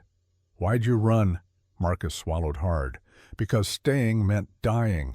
Slow or fast, but dying all the same. What do you mean? The boy pulled up his sleeve. Bruises covered his arm in patterns too precise to be accidental. This is what happens when you don't work fast enough. This is what Blackwood calls discipline. Emma felt her stomach turn. She had suspected. Peter's testimony had confirmed, but seeing it on a child barely older than Nathan made it visceral. Real. How many others, she asked. 43 last count, some younger than your little ones. Marcus looked at Caleb, at Lily. Blackwood takes anyone the territory sends him, gets paid $50 a head, feeds us maybe $5 worth of food a year, keeps the rest. Nathan was taking notes, always observing, always calculating. Do you know where he keeps his financial records? In his office, locked cabinet. But the foreman has a key, man named Douglas. Could someone get in there? Marcus laughed bitterly. Why are you planning to rob him? No, planning to expose him. The boy's laughter died. He looked at these children gathered around a table in a warm house, and something flickered in his expression. Hope, maybe, or the memory of what hope used to feel like. If you're serious, Marcus said slowly, I can tell you the layout. Guard schedules, when Douglas sleeps. But it's dangerous, real dangerous. Blackwood's got people watching. Anyone caught stealing from him ends up in the cellar for a week. No food, no light, just dark and cold, and waiting to see if you'll still be sane when they let you out. Lucas leaned forward. I'll do it. No, Emma said immediately. Why not? I'm small, fast. I can get in and out before anyone notices. You're 10 years old. So, you were 14 when you cut Henderson. Age ain't got nothing to do with courage. Emma wanted to argue, wanted to protect him. But Lucas was right. They had all proven that survival required doing terrible things at terrible ages. Who was she to tell him he was too young? Daniel spoke up. We vote. That's how we do things in this family. Everyone gets a say. I vote yes, Nathan said immediately. We need those records. Lucas is our best chance. Grace looked torn. I don't want him to go, but I understand why he has to. Caleb raised his hand. I vote yes because Lucas is brave. Lily nodded silently. Ruby gurgled in her cradle, oblivious to the weight of the decision being made. All eyes turned to Emma. She looked at Lucas, this angry, damaged boy who had become her brother through shared suffering, this child who had already survived a father's fists and a mother's death, and 5 days in a frozen wagon. Yes, she whispered, but I'm going with you. Emma, no. Those are my terms. You don't go alone. We're partners or you don't go at all. Lucas met her eyes, saw the steel there, the unbreakable resolve. Finally he nodded. Fine. Partners. Marcus stayed for 2 more hours drawing maps and explaining routines. Then he left heading west toward California and whatever future waited beyond the mountains. Before he went, he gripped Lucas's shoulder. You got something I never had, he said. You got family willing to fight for you. Don't waste it. I won't. After he was gone, Emma found Daniel in the barn. He was checking the horses, but his movements were distracted, troubled. You think Marcus was telling the truth? She asked. About blessed hope, yeah. Peter's scars prove that much. But Daniel stopped working, turned to face her. But it's convenient, ain't it? A boy shows up right when we need information, tells us exactly what we want to hear, offers us a way in. Emma felt ice form in her chest. You think Blackwood sent him? I think Blackwood's smart enough to use a broken child as bait. If Marcus leads Lucas into a trap, Blackwood gets what he wants. Proof that we're unfit. Proof that we're criminals. Then we don't go. Or we go knowing it might be a trap, and we prepare accordingly. Emma thought about this, weighed the risks against the rewards. They needed evidence, needed proof of Blackwood's crimes. But walking into a trap meant potentially losing everything. "What do you think we should do?" she asked. Daniel was quiet for a long moment. "I think we trust Lucas, trust ourselves, and we go in ready for anything." That night, while the others slept, Lucas could not stop shaking. Not from cold, from fear, from the weight of what he had volunteered for. He lay in his bedroll, staring at the ceiling, and remembered his father, remembered the beatings, the shouting, the constant message that he was worthless, weak, pathetic. What if his father was right? What if he failed? What if he got caught, and Blackwood took all of them, and it was his fault? A shadow fell across him. Emma sat down beside his bedroll. "Can't sleep?" she asked. "No." "Want to talk about it?" Lucas hesitated. Then the words came tumbling out. "What if I'm not brave enough? What if I freeze up like I did with Pa? What if I let everyone down?" Emma was quiet for a moment. Then she spoke, and her voice was gentle in a way it rarely was. "You know what I was thinking right before I cut Henderson? That I was going to miss. That the knife would slip and he'd take Grace anyway, and I'd have failed." She paused. "But I didn't miss. You know why? Why? Because I didn't do it for me. I did it for her, for all of you. And when you're fighting for something bigger than yourself, you find strength you didn't know you had." Lucas turned to look at her. "You really think I can do this?" "I know you can, because I've watched you. I've seen how you protect your sisters, how you stood up to Daniel when we first met, how you chopped wood even though it reminded you of your father." She reached out and gripped his hand. "You're not your Pa, Lucas. You're nothing like him. He was weak. You're strong." "I don't feel strong. Nobody does. That's the secret. We're all scared, all pretending we know what we're doing, but we do it anyway. That's what courage is." Lucas felt something loosen in his chest, not all of his fear, but enough that he could breathe again. "Emma, yeah. If I don't come back, take care of Grace and Lily." "You're coming back. We both are. But if I don't—" "Lucas Hayes, you listen to me." Emma's voice was fierce now.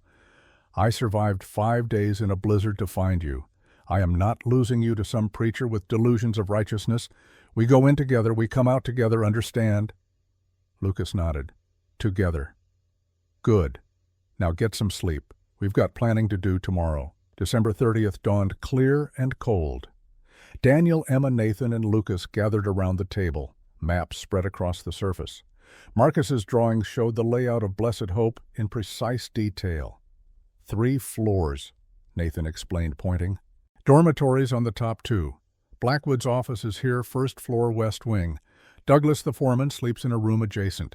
His key ring is kept on a hook by his bed." "Guard schedule?" Daniel asked. 1 man on watch at night. Rotates every 4 hours. Change happens at midnight and 4 a.m. Best window is right after midnight. Guards fresh, less likely to be dozing, but also less suspicious of small noises." Emma traced a path with her finger. "We go in through the kitchen entrance. Marcus said it's never locked because the cook comes early to start breakfast. We move through here up these stairs to the office. Get the records. Get out." "What if we're caught?" Lucas asked. "Then we run. Fast and hard. Don't stop. Don't look back." Daniel pulled out a small leather satchel. "I got something for you both." He opened it. Inside were matches, a small knife for Emma to replace the one she would have to leave behind, pencils and paper for copying documents, and a compass. "The compass is most important," Daniel said. "If you get separated, if something goes wrong, you head due west. Follow that needle and you'll hit the main road. I'll be waiting there with the wagon." Emma took the items, feeling their weight. Tools of survival. Tools of war. "One more thing," Nathan said. He handed Lucas a piece of paper. "This is the territorial statute on embezzlement. If you find Blackwood's ledgers, Look for these specific line items. This is what we need to prove he's stealing."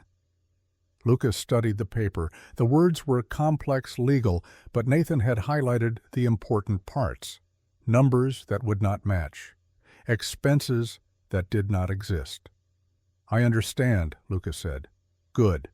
Because this matters, Lucas. This isn't just about saving us.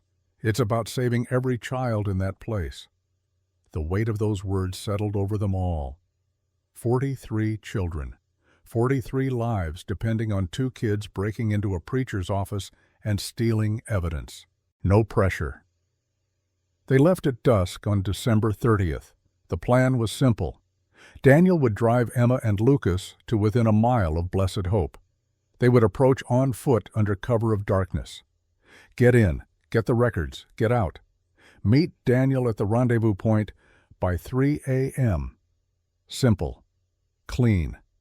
Except nothing about this was simple or clean. The closer they got to Cheyenne, the more Emma's instincts screamed danger. Something was wrong. She could feel it the way animals feel earthquakes before they strike. "Daniel," she said quietly, "I don't like this." "Neither do I, but we're committed now. What if it's a trap? Then we spring it, together." They stopped the wagon a mile out. Emma and Lucas climbed down. Both wore dark clothes, both carried the tools Daniel had given them, both looked far too young to be doing what they were about to do. Daniel gripped Emma's shoulder. "You are the bravest person I know. Don't forget that." "I won't." He turned to Lucas. "And you. You're stronger than any man I ever met, including your father, especially your father." Lucas nodded, throat too tight for words. They moved into the darkness. Blessed Hope loomed ahead like a tombstone. 3 stories of dark brick and barred windows. No lights except a single lantern by the front entrance where the guard stood smoking. Emma and Lucas circled to the kitchen entrance. Just as Marcus had said, the door was unlocked. They slipped inside, moving on silent feet through a room that smelled of old grease and stale bread. Stairs, up, through corridors lined with doors behind which children slept. Emma could hear them breathing, crying softly, having nightmares they would not speak of in daylight. This was what Blackwood called salvation. They reached the office. The door was locked, but Lucas had learned lockpicking from a boy in the wagon train. His hands shook as he worked the mechanism. Seconds felt like hours. Finally, a click. Inside the office was neat, orderly, a desk, filing cabinets, and there on a hook by the window a key ring. Too easy. Emma's instincts screamed. "Lucas, we need to—" Light flooded the room. Pastor Elias Blackwood stood in the doorway. Behind him, 3 men. And beside him, looking terrified and guilty, was Marcus Webb. "I'm sorry," Marcus whispered. "He said he'd hurt the others if I didn't bring you." Blackwood smiled. It was the coldest thing Emma had ever seen. "Miss Whitfield, young Mr. Hayes, how kind of you to visit. Though I'm afraid this counts as breaking and entering, the sheriff will be very interested to hear how Daniel Cole's wards are criminals." Emma's hand went to her knife, but Blackwood moved faster than a man his age should. He grabbed her wrist, twisted, and the blade clattered to the floor. "Such violence in one so young," he said. "The Blessed Hope will cure you of that. Both of you." Lucas lunged. Blackwood's men caught him easily. The boy thrashed, screamed, but he was small and they were strong, and the fight was over before it began. "Take them to the cellar," Blackwood ordered. "I'll deal with them in the morning, after I've filed charges with the territorial court." They were dragged downstairs, through a door, down stone steps into darkness, thrown into a room that smelled of mold and fear. The door slammed, a lock turned, silence. Emma and Lucas sat in the dark, breathing hard. "I'm sorry," Lucas said. "This is my fault. I wanted to prove I was brave and I walked us right into—" "Stop." Emma found his hand in the darkness, gripped it tight. "This isn't your fault. It's Blackwood's, and we're not done yet. Emma, we're locked in a cellar. We got caught. Daniel's going to lose us and it's over. It's not over until we stop fighting. You taught me that. Remember, when we were in the wagon and I wanted to give up, you said we keep going until we can't anymore." Lucas was quiet. Then very softly he said, "I'm scared." "Me too, but we're scared together, just like always." They sat in the dark, holding hands, waiting for morning, waiting to see if this was the end or just another test of how much they could survive.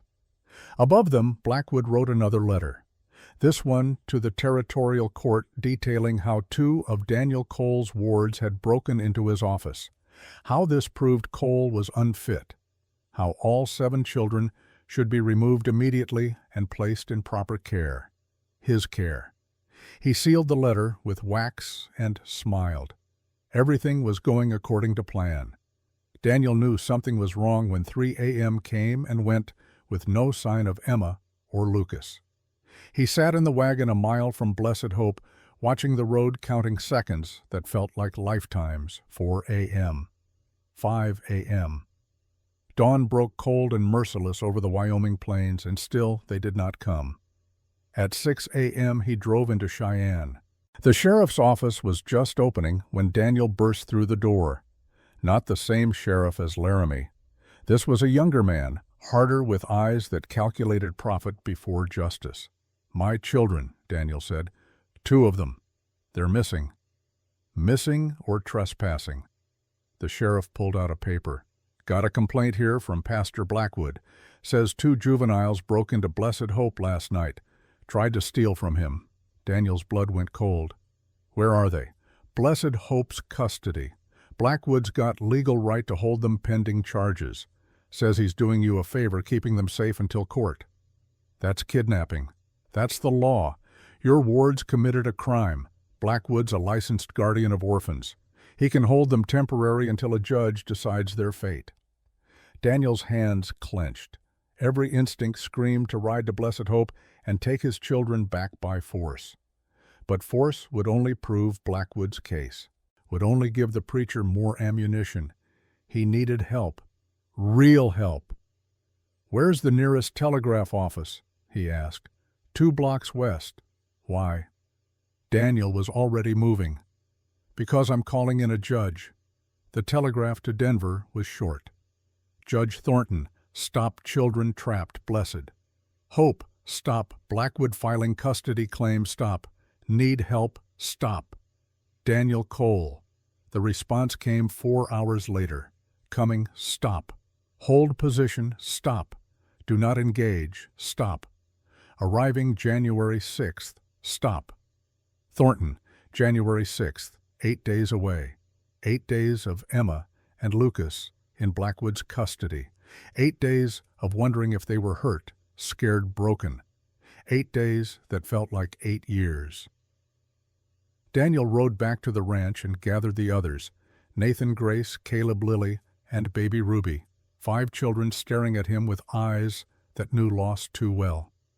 "Emma and Lucas are alive," he said, "but Blackwood has them, and we need to fight smart now, not hard."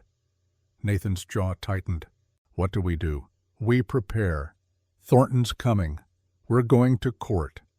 And we're going to expose everything Blackwood's done." "What if it's not enough?" Grace asked. Her voice was small, frightened. "What if the judge sides with him?" Daniel crouched down to her level. "Then we find another way. We keep fighting until there's nothing left to fight with.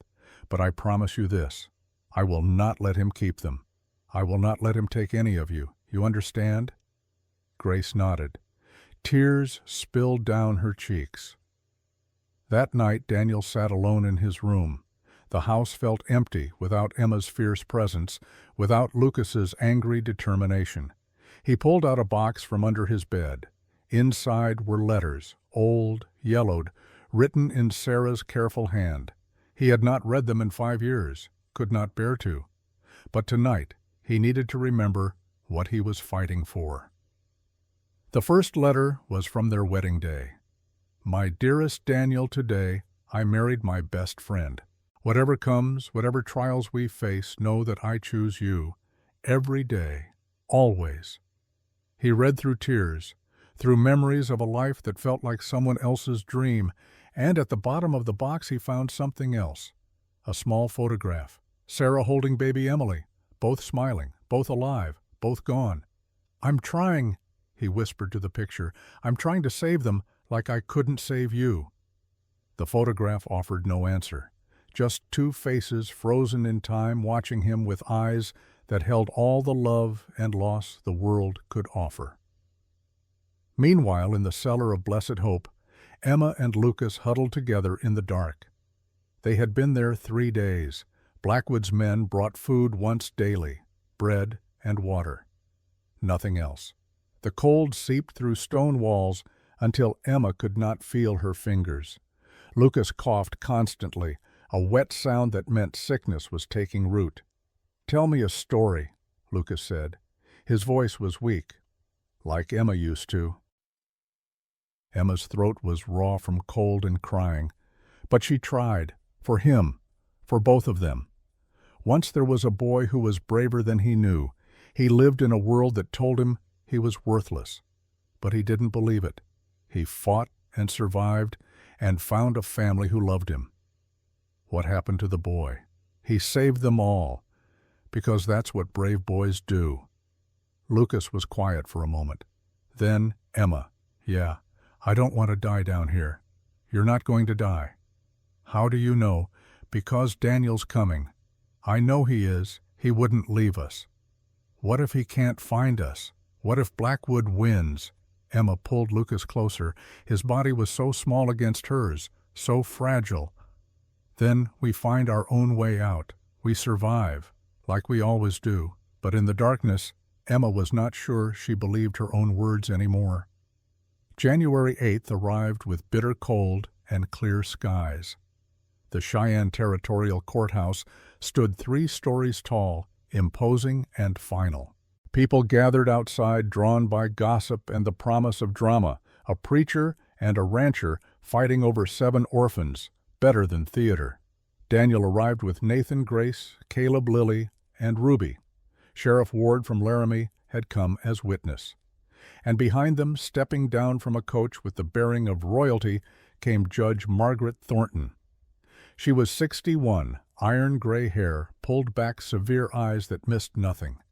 She wore black robes already ready for battle. "Mr. Cole," she said, "let's go save your children." The courtroom filled quickly. Spectators packed the gallery. Reporters scribbled notes. And at the front, sitting calm and confident, was Pastor Elias Blackwood. The bailiff called order. Judge Thornton took her seat at the bench.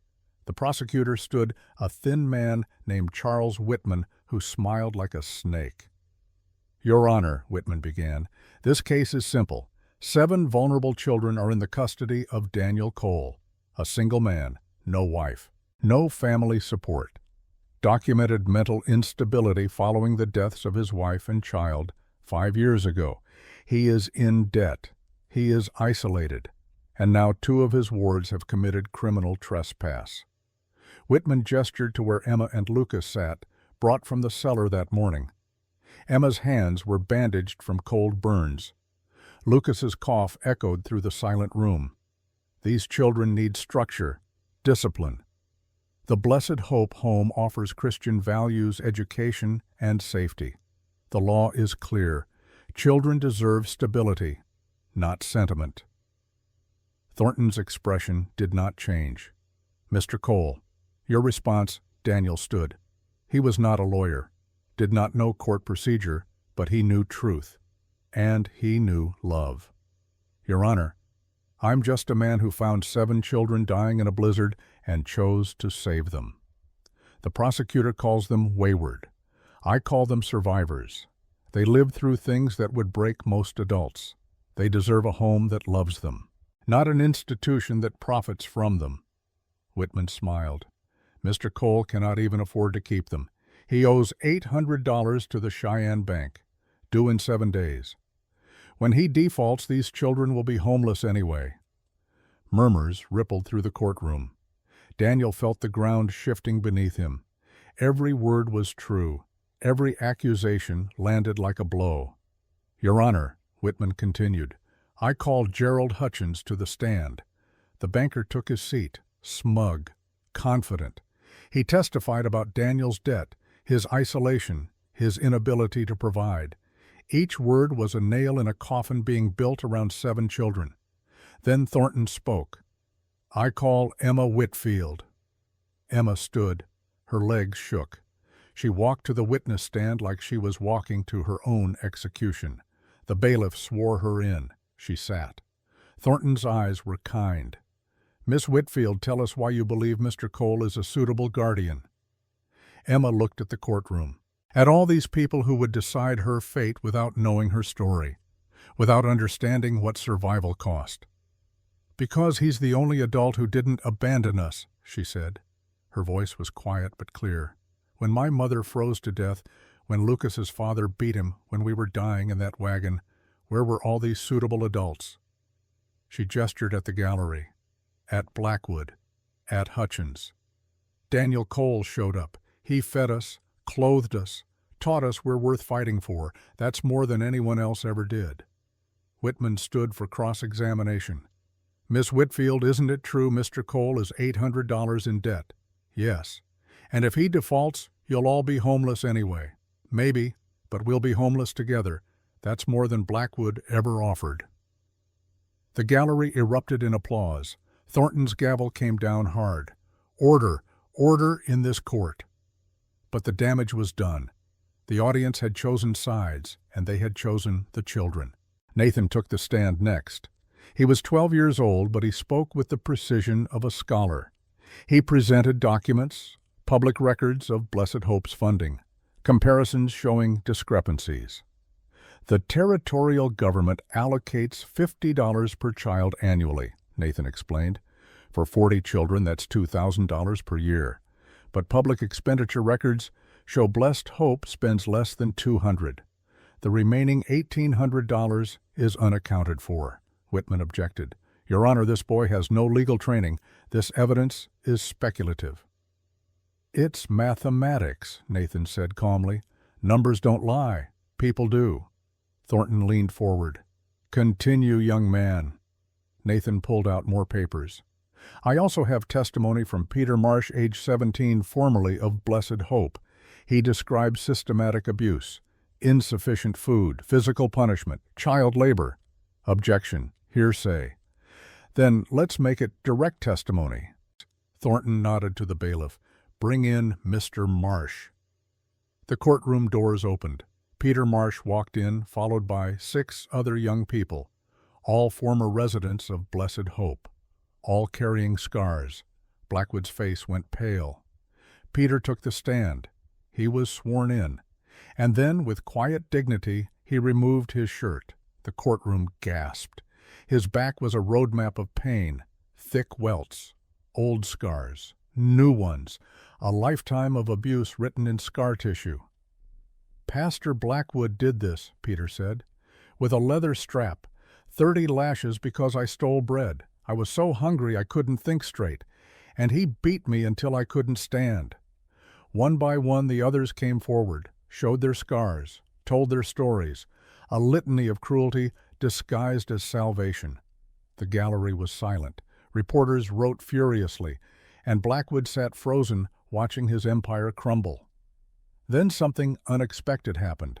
A small figure stood in the gallery, 4 years old, silent for weeks. Lily Dawson walked to the front of the courtroom. Grace tried to stop her. "Lily, no."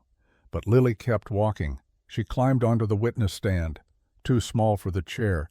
Thornton had to help her up. The courtroom held its breath.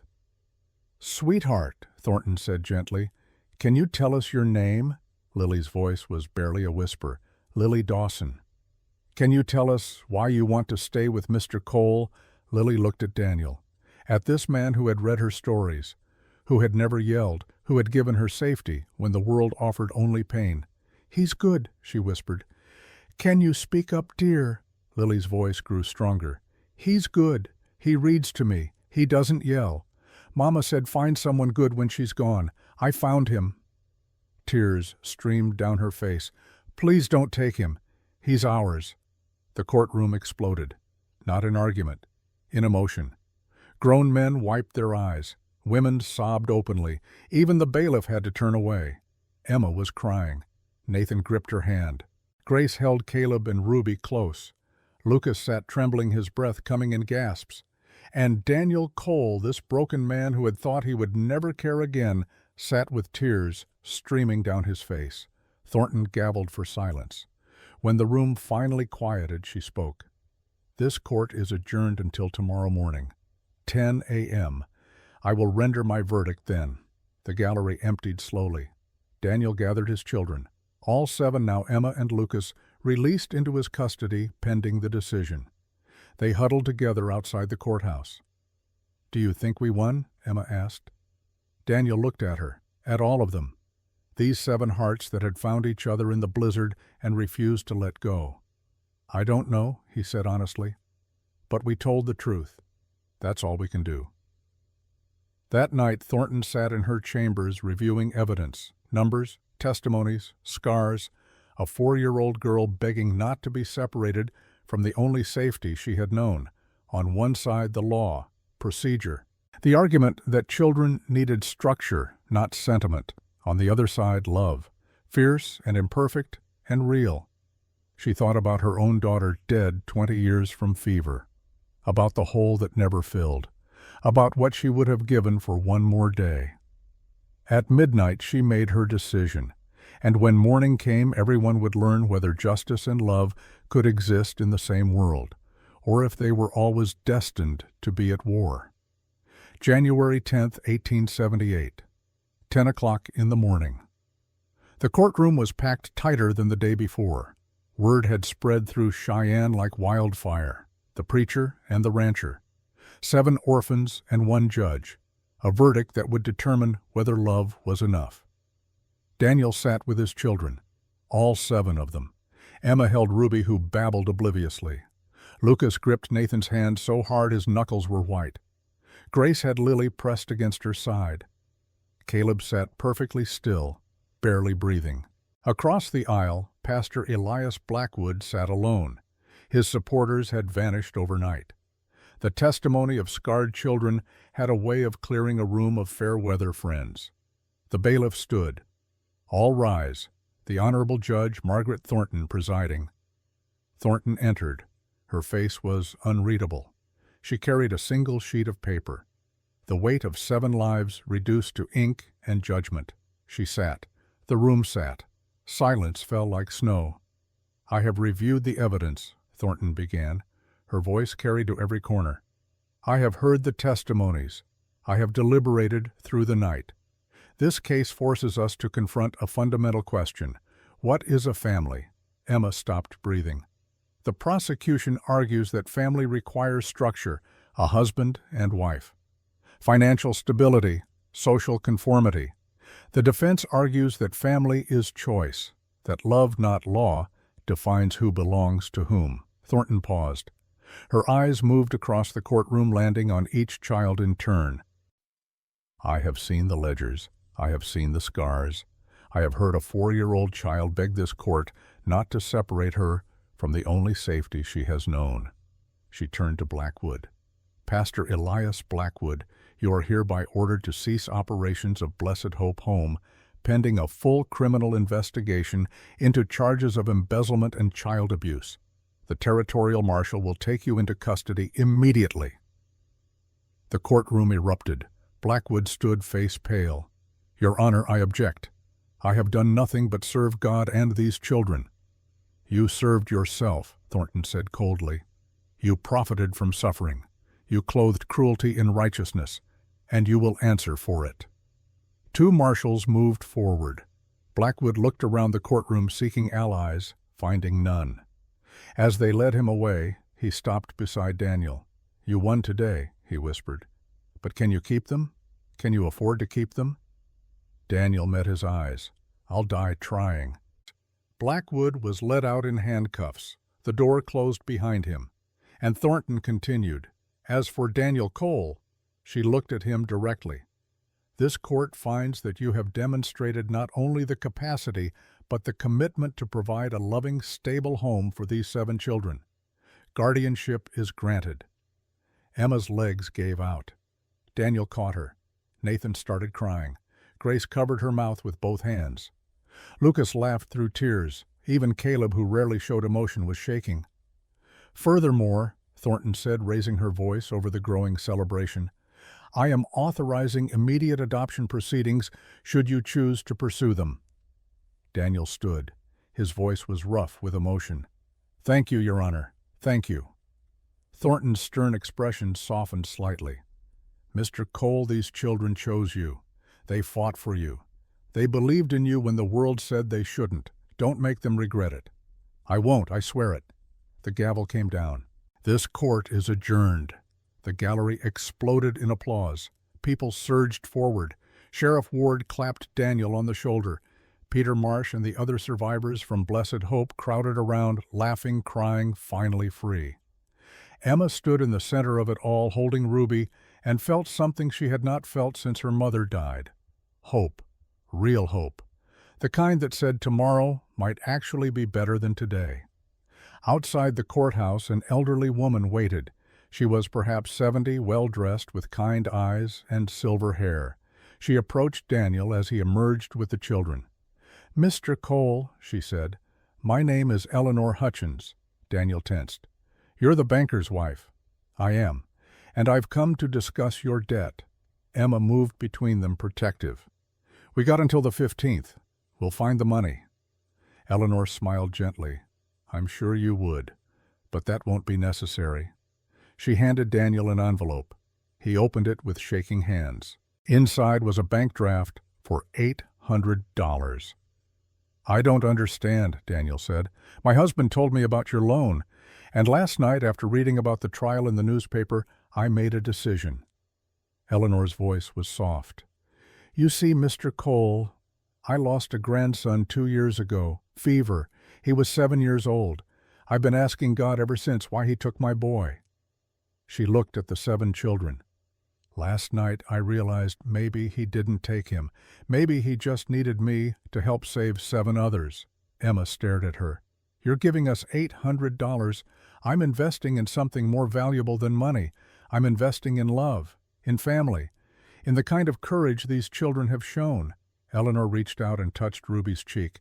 Consider this my way of saying thank you for reminding an old woman what matters.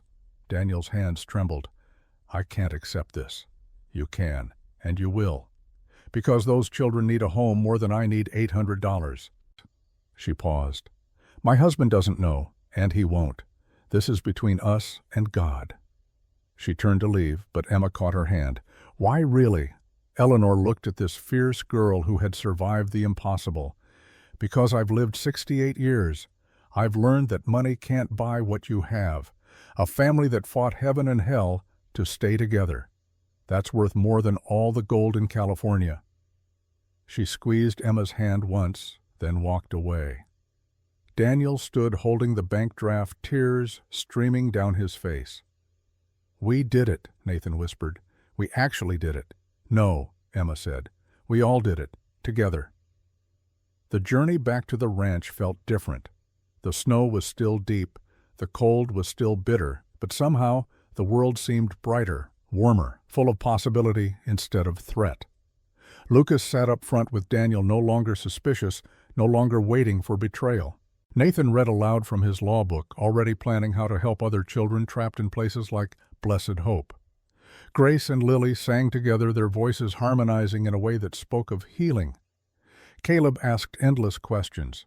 Ruby laughed at everything. And Emma sat quietly watching her family, feeling the weight of 5 days in a frozen wagon finally begin to lift. When the ranch came into view, something inside Emma broke open. Not in pain, in release. This was home. Not because of the building, because of the people inside it. Daniel stopped the wagon. They all climbed down. And for a moment they just stood there looking at this place that had seemed so temporary, so fragile, and realizing it was theirs now. Really theirs. Come on, Daniel said. Let's go inside.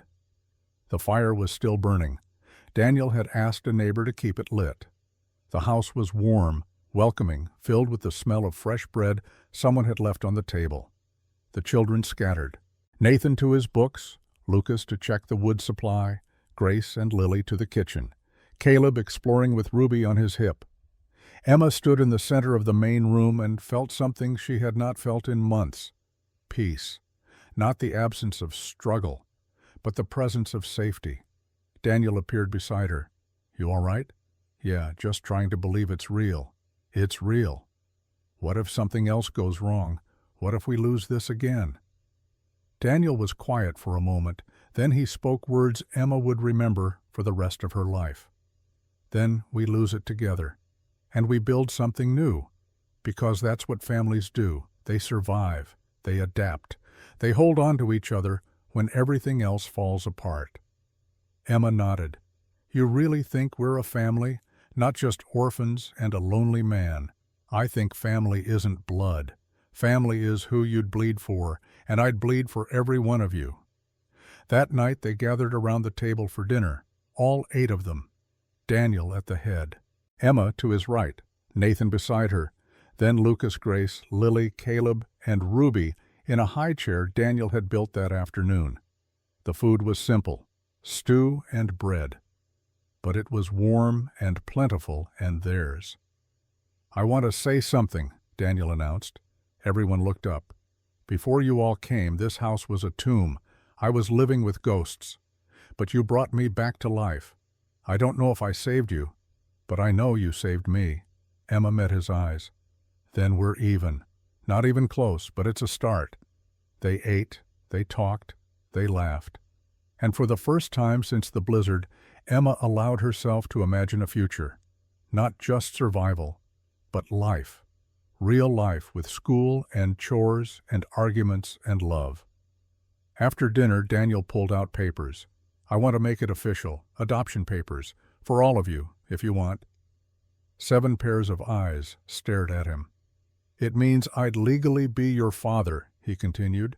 "You'd be Coles, all of you. Emma Cole, Nathan Cole, Lucas Cole, Grace Cole, Lily Cole, Caleb Cole, Ruby Cole." Emma tested the name in her mind. Emma Cole. It felt strange, foreign, but also right. Like putting on shoes that fit perfectly after walking barefoot through snow. "What do we have to do?" Nathan asked. "Just say yes, that's all. Just choose this. Choose us. Choose to be a family for real." One by one they answered, Nathan first. "Yes." Lucas next. "Yes." Grace holding Lily. "Yes, for both of us." Caleb voice small but certain. "Yes." Ruby gurgled. Everyone laughed.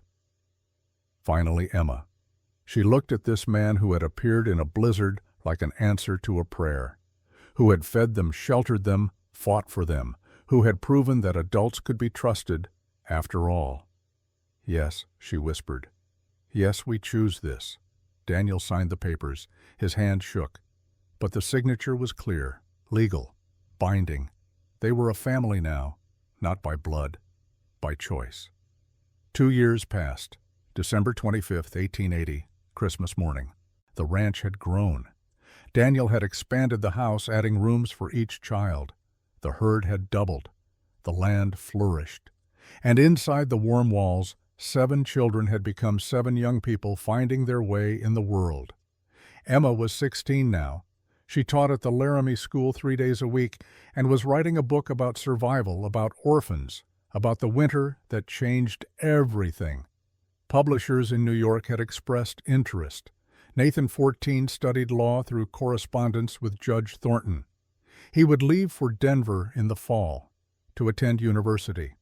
Already he was helping other families navigate custody disputes, his careful mind perfect for legal work. Lucas was 12. He managed the ranch alongside Daniel, strong and capable. The nightmares had faded. The anger had transformed into purpose. He had a girl he liked, Ruth, one of the children rescued from Blessed Hope. She visited often. Grace, 10, helped Emma teach. She had discovered a gift for healing. The local doctor was training her in basic medicine. She dreamed of becoming a nurse. Caleb was 8. He had read every book in Daniel's library twice and was begging for more. Curious, bright, endlessly asking questions that made adults think. Lily was 6. She sang in the church choir. her voice clear and beautiful. The little girl who had lost her words had found them again through music. And Ruby, 2.5, ran through the house like a tiny tornado.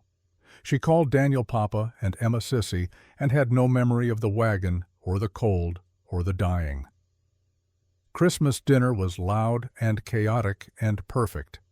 Judge Thornton had come from Denver, Sheriff Ward from Laramie, Eleanor Hutchins, who had become a regular visitor and honorary grandmother, Peter Marsh, and several others from Blessed Hope, now free and building new lives. They gathered around a table that groaned under the weight of food, turkey and potatoes and pies and vegetables, abundance where there had once been scarcity. During the meal, Thornton cleared her throat. "I have news. Pastor Blackwood's trial concluded last month." The table fell silent. 5 years in prison for embezzlement. The Blessed Hope has been converted into a legitimate school properly funded by the territory. No more abuse, no more stolen money. Emma felt something loosen in her chest. Justice. Finally. "He wrote you a letter," Thornton continued, handing an envelope to Emma. "I've read it. It's your choice whether to open it." Emma looked at the envelope. The handwriting was neat, controlled. She opened it slowly and read aloud.